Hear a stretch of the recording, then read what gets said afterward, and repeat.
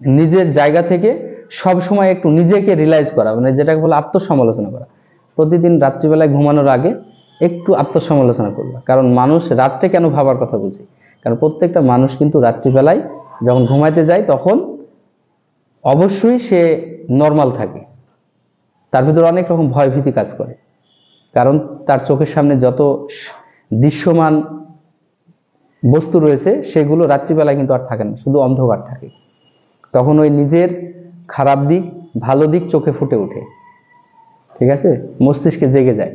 এজন্য ওই রাত্রিবেলায় নিজেকে নিয়ে একটু রিয়েলাইজ করবা যে আসলে আমি সঠিক আছি কি আমি বেঠিক আছি, আমি ভালো করছি না আমি খারাপ করছি। তাহলেই পড়ার টেবিল তোমার সম্ভব। তোমার ঘুম আসা কখনোই সম্ভব না যদি তুমি এটাকে একবার চিন্তা করতে পারো যে অ্যাকচুয়ালি আমি এখানে পড়তে এসেছি নার্সিং অ্যাডমিশন দেব বলে, তাহলে আমি কি এই পরিমাণ পড়ছি কিনা। যদি না পড়ি তাহলে উঠে আবার পড়তে বসতে হবে।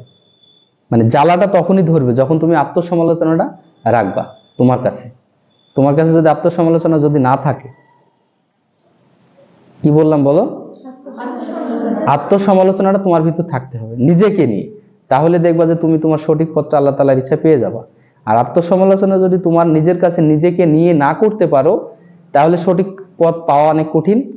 যদিও কেউ সঠিক পথ তোমাকে দেখায়